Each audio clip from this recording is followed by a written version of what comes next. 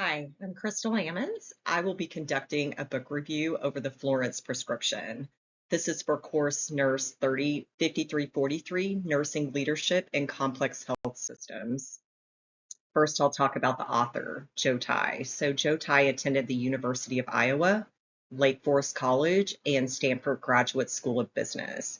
He carries a master's of business administration, a bachelor of health administration, as well as a bachelor of arts. He works with healthcare organizations to create a cultural blueprint for their core values, cultural values, and workplace attitude. He is currently the CEO and head coach of Values Coach Incorporated. And he is best known for working with these organizations to implement a more positive culture of ownership. Joe Tai is an author, a professional motivational speaker, and provides keynotes and workshops on leadership skills and culture within an organization. His work history includes being COO of the Toledo Hospital and Bay State Medical Center. He is a supporter of the Daisy Foundation and has seen the positive impact it has on the culture of healthcare organizations.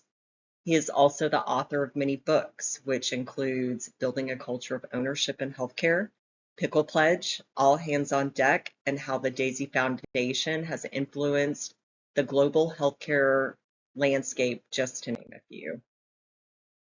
The purpose of the book is to see culture through a different lens. So oftentimes it was seeing it through the lens of Florence Nightingale.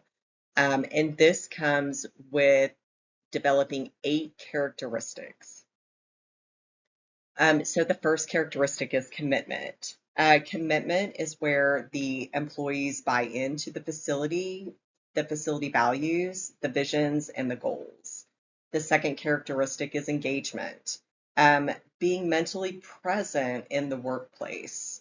The third is passion. And so that would be being passionate about what we do. For instance, for nursing, being passionate about being a provider and a compassionate healthcare worker. Taking initiative. So we should never say it's not my job. We either fix it ourselves or we find someone that can fix it. And that is thinking of ways to make things better within the organizations and for our patients. The fifth characteristic is stewardship. So promoting a spirit of ownership. People tend to take better care of things that they own versus things that they rent. The sixth characteristic is a feeling of belonging. We should make people feel that they're included, and that includes our patients as well as our fellow coworkers. The seventh characteristic is fellowship. Fellowship, studies have shown that fellowship is a key factor in employee engagement, and having friends within the organization would be part of this. And then the final is pride. We should have pride in what we do every day and the organization that we work for. The target audience of this book is employees within an organization at any level. That includes housekeeping, it includes floor staff, nurses, techs, and also leadership. So the CNO, the CEO, the COO. It's also would be valuable for specifically for healthcare and hospital organizations, and of course leadership. Some of the strengths of this book include describing culture of ownership and how to put it into practice. Some specific examples given throughout the book are specific employees that were a bit toxic at times and how they were able to implement the 8 characteristics of culture of ownership into their workplace. Other strengths include leadership skills and attitude. Attitude is everything. Discipline, the use of evidence-based practice. We, as leaders, can't just tell our team, hey, this is what we're going to do. Like, we need a why behind it. Empathy. We need to provide empathy with patients as well as employees. And then also taking initiative. We should not be giving excuses for what we do day in and day out. Some of the weaknesses of the book include there were fictitious characters throughout the book. So Florence Nightingale often appeared and disappeared while talking to people.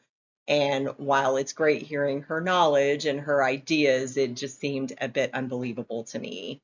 And then again, time management was not always realistic. They oftentimes acted like the floor nurse had all of these hours in a day to do these additional things. So I felt that could have been described a bit better. The objectives of the book include from accountability to ownership. Organizations can hold employees accountable through rules, disciplinary action, informative meetings, but cannot hold patient or hold staff accountable for caring. So that's something that comes within, and something as leaders we have to provide to our staff and support that buy-in into the organization. The Florence prescription describes this by using the 8 characteristics previously mentioned. Would I recommend this book? Absolutely. I felt like it was a great book, contained valuable feedback and suggestions. It was geared towards healthcare professionals and just suggested clear ways of doing the job or making changes within your work practice. It also had a lot of information on how to avoid negativity and workplace toxicity, which I feel like is highly important. If you have any questions, don't hesitate to reach out. Would love to answer them.